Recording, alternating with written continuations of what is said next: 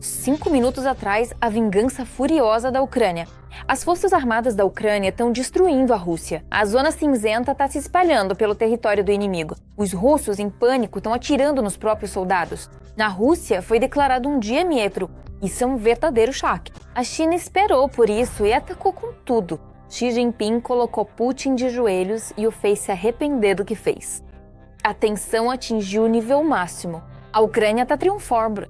O exército russo caiu numa armadilha na linha de frente. Os generais estão chorando de desespero. A frota sombria do Kremlin está diminuindo diante dos nossos olhos. Que pescaria incrível! Os petroleiros do ditador estão sendo cercados. O oxigênio para os negócios escusos finalmente foi cortado. Tudo isso no nosso programa Ponto Infernal. Quando a Rússia apertou o botão de autodestruição. A defesa aérea está lançando mísseis contra prédios residenciais. Perto de Krasnodar, uma verdadeira tragédia. Os russos estão reclamando alta. Imagens chocantes já estão na internet. As forças armadas da Ucrânia pressionam os pontos sensíveis do inimigo e lançam uma nova onda de vingança. O enxame de drones e mísseis está cortando a energia da Rússia. Os apagões estão se espalhando pelas regiões. A natureza está fechando o círculo do apocalipse total. A vida do inimigo está se transformando em um inferno. Será que isso já é capaz de consumir o inimigo agora? Ou ainda precisamos jogar mais lenha na fogueira? Sobre isso em instantes. A Rússia está novamente sob ataque dos bons drones. Mas tem um detalhe. O míssil acabou de passar bem na minha frente. Nestas imagens, vemos um míssil da defesa aérea russa. Ele deveria proteger, mas acabou atingindo diretamente um prédio residencial em Krasnodar. Parece que nas próximas 2 semanas eu não vou conseguir trabalhar.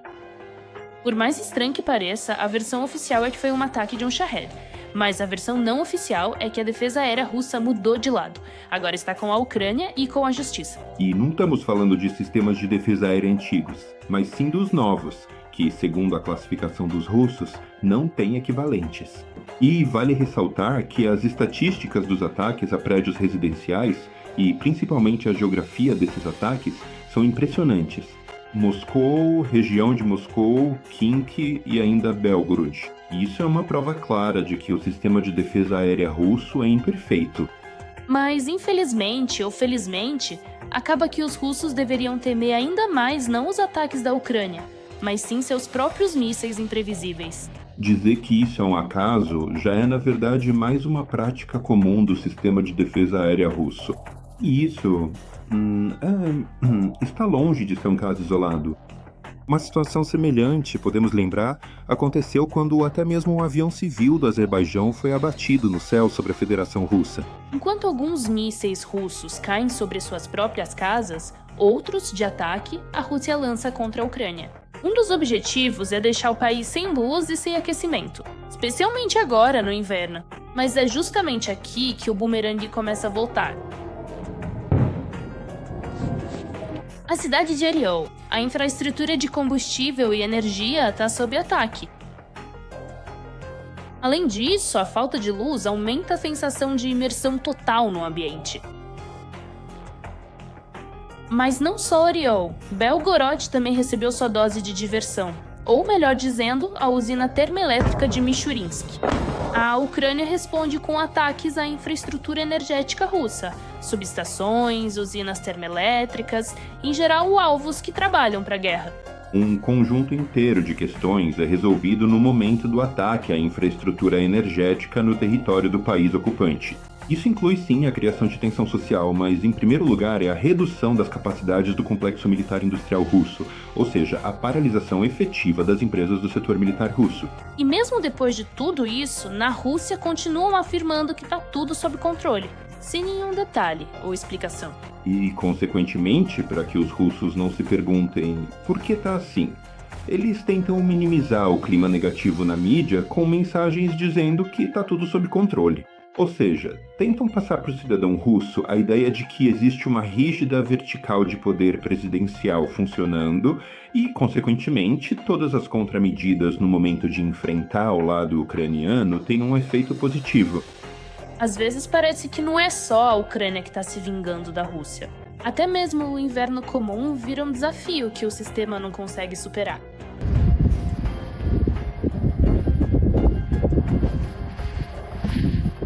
Mesmo no 6º dia, na Kamchatka, a neve continua lá, do jeito que estava. E, pelo visto, o governo agora tá pouco se importando com isso. E embora talvez nem tenha mais ninguém para limpar tudo isso, todo mundo já foi mandado há tempos para a chamada Operação Militar Especial. Esse é o 2º andar do prédio, e ali estão as janelas do 1º andar. Isso é a descida para a encada. Nem a shopping center em Novosibirsk aguentou tanta vergonha e simplesmente desabou por causa do peso da neve. Na Rússia, qualquer crise, seja mísseis, neve ou apagões, sempre termina do mesmo jeito. O sistema não está preparado, mas oficialmente está tudo sob controle. Um país que passou anos se preparando para a guerra não sabe viver em tempos de paz. E, às vezes, para esse colapso, a Ucrânia nem sequer é necessária.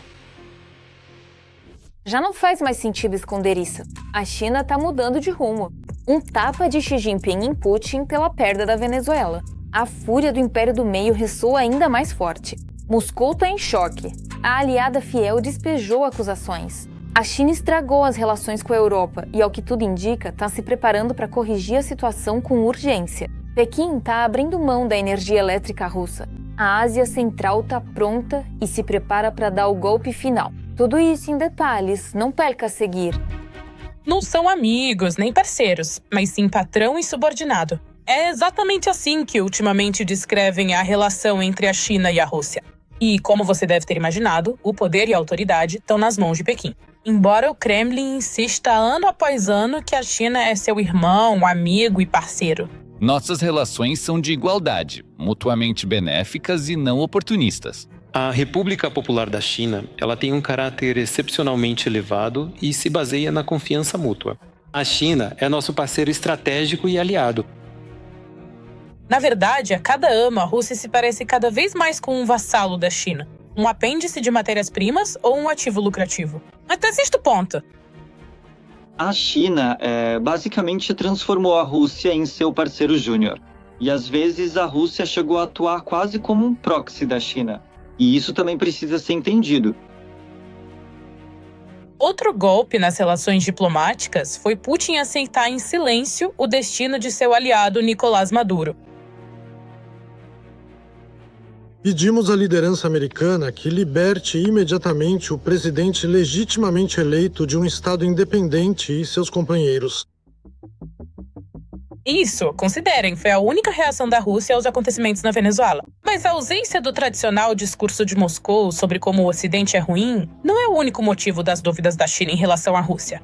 Como escreve o jornal The Times, Pequim começou a duvidar da confiabilidade da Rússia como parceira, pois acredita que o Kremlin e a Casa Branca tinham algum tipo de acordo.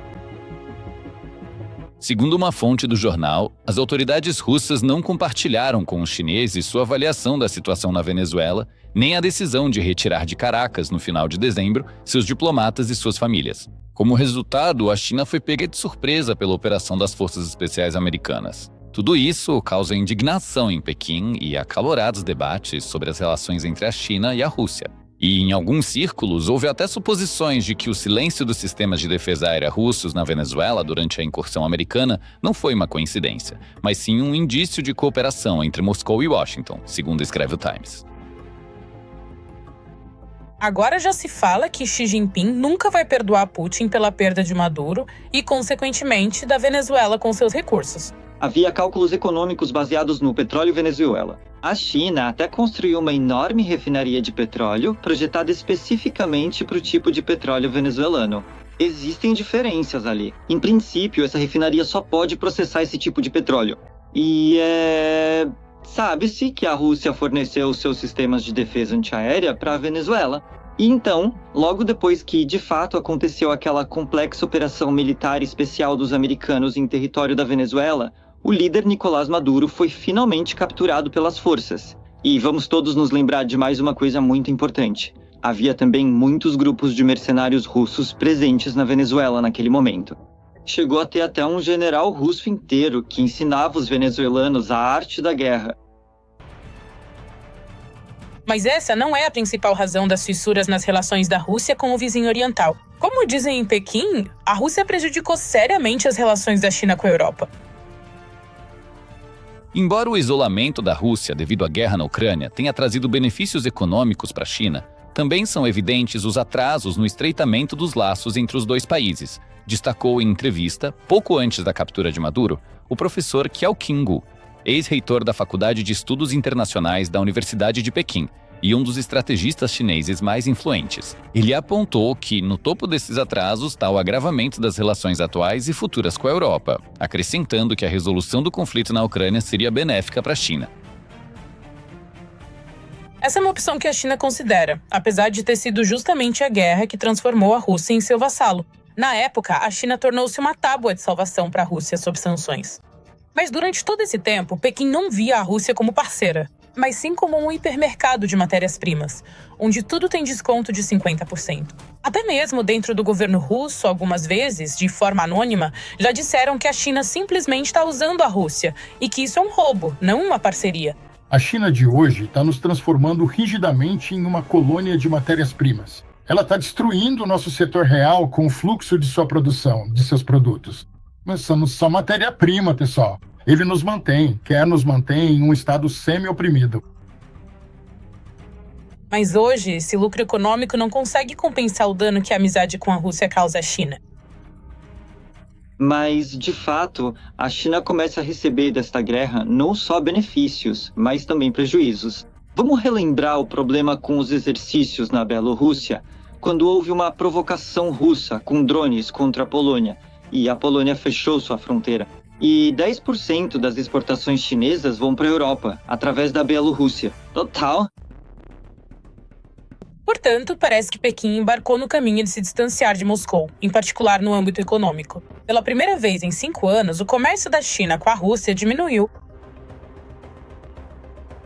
De janeiro a novembro, a China reduziu as compras de petróleo russo em 7,6% para 91,5 milhões de toneladas.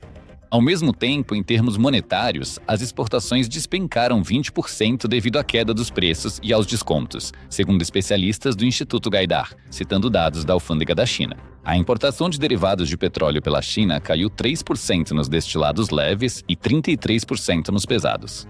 Ao mesmo tempo, em valores, as entregas despencaram 33% e 40%, respectivamente. O comércio de petróleo ainda se mantém mais ou menos à tona, embora aqui também tudo seja instável. A China ora reduz, ora aumenta o fornecimento de petróleo vindo da Rússia. O que mantém o interesse da China é apenas o preço recorde de baixo que o Kremlin oferece a eles. Ela vende petróleo para a China e a Índia, e vende esse petróleo com um grande desconto. Segundo os dados mais recentes, na verdade o preço do petróleo russo na China chega a $36 por barril, o que em alguns campos é até menor do que o custo de produção. E assim, a China, na prática, está lucrando às custas do seu aliado. Outro golpe duro para Putin foi a recusa da China em comprar a eletricidade russa. O comerciante escreve que a importação de energia elétrica da Rússia foi completamente interrompida, apesar do acordo. E tudo isso porque a energia da Rússia começou a sair cara para a China. O benefício do contrato é zero. Além disso, a China reagiu com muita calma ao suposto ataque de drones das Forças Armadas da Ucrânia à residência de Putin. E tudo isso porque eles simplesmente não se importam. A China também mantém relações nada parceiras com a Rússia nos países da Ásia Central. Pequim já faz tempo que está de olho no que a Rússia considera sua esfera de influência e vem aprofundando ativamente as relações com os países da Ásia Central. A Rússia, aos olhos dos países da Ásia Central, é um parceiro pouco confiável. E de fato, a China está cada vez mais expandindo sua presença na Rússia, gostam de chamar isso de ventre mole da Rússia. Pois é, ultimamente a China tem entrado lá de forma muito ativa, especialmente no Cazaquistão. E o que é importante e interessante é que, após a invasão em grande escala, houve uma visita de Xi Jinping ao Cazaquistão, onde a declaração conjunta resultante da visita parecia mais um aviso à Rússia sobre possíveis planos expansionistas. Como quem diz, a segurança nacional do Cazaquistão é a segurança nacional da China, e por aí vai. O Kremlin não tem força suficiente para competir com a China. Por isso, Putin engoliu até mesmo o fato de que, após 27 anos de discussões, a China, junto com o Quirguistão e o Uzbequistão, está construindo uma ferrovia para a Europa, contornando a Rússia. Mas não são só os interesses econômicos e estratégicos que contam. Afinal, a China também está de olho no território russo, especialmente na rica região do Extremo Oriente. Mas em troca dos agrados da China, Putin está pronto para engolir até mesmo isso. Isso é confirmado pelo fato de que a Rússia, em certo momento, praticamente presenteou Xi Jinping com 2 ilhas e agora permitiu o desmatamento total ao redor do Lago Baikal. Por isso, hoje a China está praticamente absorvendo a Rússia, que depende das sanções e há muito tempo se tornou apenas um ativo de Pequim, sobre o qual Xi Jinping negocia com a Europa. Mas assim que isso deixar de ser vantajoso para a China, o jogo geopolítico com a Rússia vai acabar. Urgente, algo chocante começou na linha de frente no sul da Ucrânia. Os soldados de Putin estão eliminando as próprias forças. Fogo amigo em toda sua glória. As forças armadas da Ucrânia jogam mais lenha na fogueira e colocam a máquina mortal para funcionar. Isso você precisa ver. Os russos estão tentando de novo entrar pelo tubo em Kupiansk, mas acabam ficando lá para sempre. A linha de frente está fervendo, o Donbass está explodindo. As forças armadas da Ucrânia atingiram um depósito de munições. Detonação total. Você precisa ver essas imagens épicas.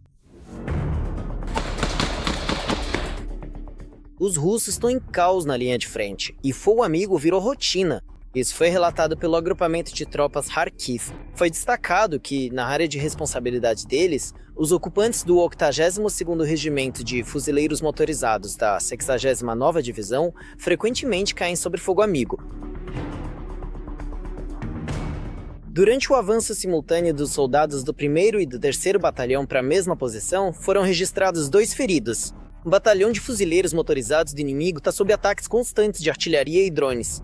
Os grupos de assalto estão desorientados, confundem as rotas, abandonam os feridos e atiram nos próprios drones. Ao mesmo tempo, a nova tática da Rússia, que deveria reduzir suas próprias perdas, aparentemente teve o efeito oposto para os russos, segundo o comando ucraniano. Assim, ao avançarem para os ataques em pequenos grupos, os ocupantes ficam praticamente sem possibilidade de evacuar os feridos. Afinal, para isso são necessárias várias pessoas, ou seja, toda a equipe teria que voltar, o que o comando russo não permite. Como resultado, os feridos simplesmente são deixados no campo de batalha. Os ataques da Ucrânia se tornaram mais dolorosos. Novamente, esses são ataques também à logística. Tudo está interligado, todos os elementos fazem parte de uma mesma cadeia. Então, na verdade, o número de feridos diminuiu, porque a logística de evacuação foi prejudicada, por exemplo. Incluindo, ou, digamos assim, o abastecimento dessas mesmas rotas de evacuação e estruturas logísticas russas correspondentes, que são responsáveis, entre outras coisas, pelos feridos e assim por diante. A maioria desses casos, recentemente, tem sido registrada na direção sul. É aí que a Federação Russa tenta alcançar o máximo resultado hoje, mas, como consequência, sofre as maiores perdas. Donbass, única alteração, Múnia. Da mesma forma, ao longo da rodovia Donetsk e Zaporizhia, eles tentam avançar por nossas linhas de retaguarda, entrando pelos flancos, pela retaguarda, ao mesmo tempo em que tentam contornar Orikiv e avançar pela direção sudoeste, tentando romper nossa linha de defesa.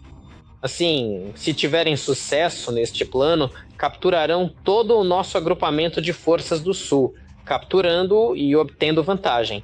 Mas a persistente resistência do próprio Guliaipol põe esses planos em risco. Não é fácil para os nossos combatentes na principal área que nos leva ao sucesso, Kupiansk.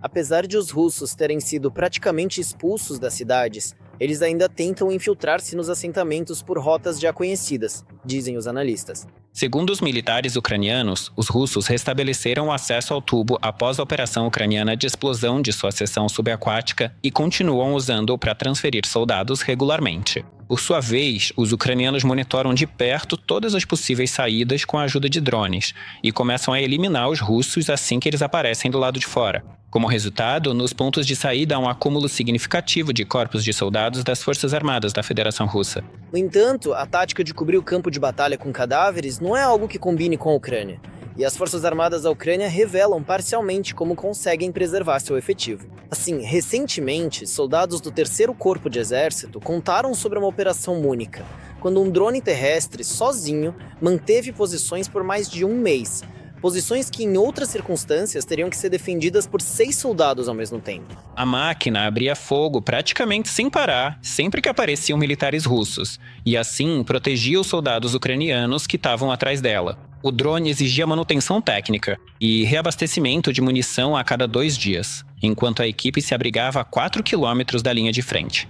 E a cada vez deixava suas posições por um curto período para realizar a manutenção do drone, o que levava cerca de 4 horas. Ou seja, sim, havia um certo risco, claro, mas ele era significativamente menor, porque assim eram 4 horas a cada 2 dias, enquanto de outra forma teríamos que ficar na posição 24 horas por dia durante todas essas 6 semanas. Ao mesmo tempo, enquanto repelem ataques na linha de frente, as Forças Armadas da Ucrânia não se esquecem das retaguardas russas. Assim, no último dia, uma onda de explosões atingiu tanto os territórios temporariamente ocupados quanto a própria Rússia.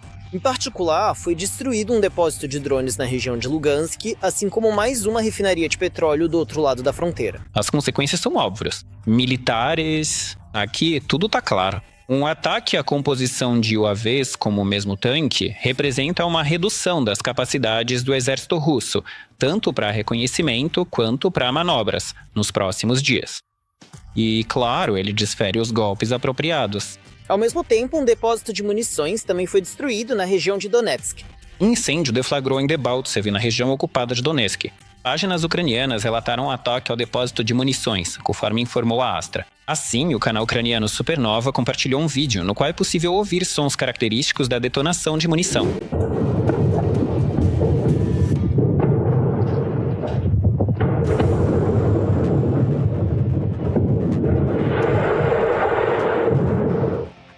Enquanto isso, mudanças grandiosas estão prestes a acontecer no nosso Ministério da Defesa. Assim, o novo ministro Mikhailo Fedorov declarou que estão sendo criadas unidades nas Forças Armadas da Ucrânia que vão caçar especificamente operadores de drones russos, além de estar sendo realizado o treinamento de unidades de assalto com drones. Pelo que entendi, trata-se de tropas de assalto que atuam com o acompanhamento e apoio direto de drones. Já vimos esse tipo de ação mais de uma vez, e elas parecem ser muito eficazes, porque os drones praticamente atingem imediatamente qualquer abrigo onde os defensores estejam escondidos. Além disso, Fedorov informou que um dos objetivos estratégicos da Ucrânia na guerra é matar 50 mil soldados russos por mês. No mês passado, mataram 35 mil. Todas essas perdas foram verificadas em vídeo. Se atingirmos a marca de 50 mil, vamos ver o que acontece com o inimigo. A limpeza do mar pelos americanos está ganhando força. Mais um petroleiro da Frota Sombria foi detido. Trump deu uma ordem rígida. Os comandos agiram com precisão. A 7ª operação superou todas as expectativas. A armadilha aquática engole navio após navio, sem deixar nenhuma gota de esperança. O Reino Unido lançou suas redes e se prepara para uma captura que vai mudar tudo. Detalhes exclusivos sobre os planos de Londres e como eles podem forçar a Rússia a capitular. Não perca a seguir. Os Estados Unidos detiveram mais um petroleiro no Caribe. O navio motorizado Sagitta foi detido no âmbito da iniciativa Southern List, que Washington realiza em conjunto com a Guarda Costeira dos Estados e o Departamento de Justiça. O Departamento de Defesa do ZUAR destacou que a embarcação agiu em desacordo com as restrições de quarentena impostas pelo presidente Donald Trump aos petroleiros sujeitos às sanções. Trata-se de restrições relacionadas ao transporte de petróleo venezuelano. Na verdade, é preciso entender que existem várias versões sobre por que isso está acontecendo.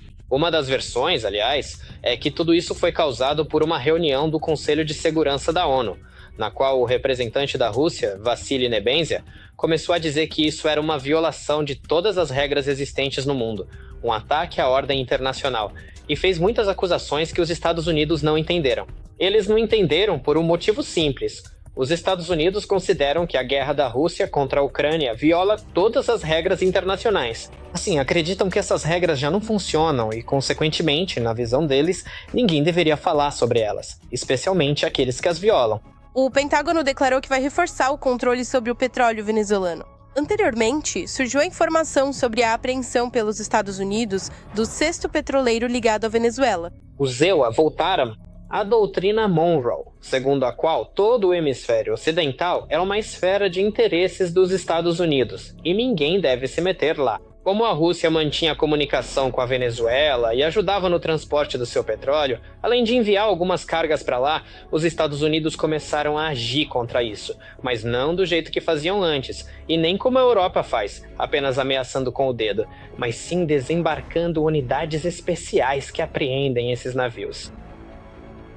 Os navios interceptados até agora ou estavam sob sanções dos Estados Unidos ou faziam parte da frota clandestina de embarcações, que disfarçam sua origem para transportar petróleo de países sob sanções, como Irã, Rússia ou Venezuela.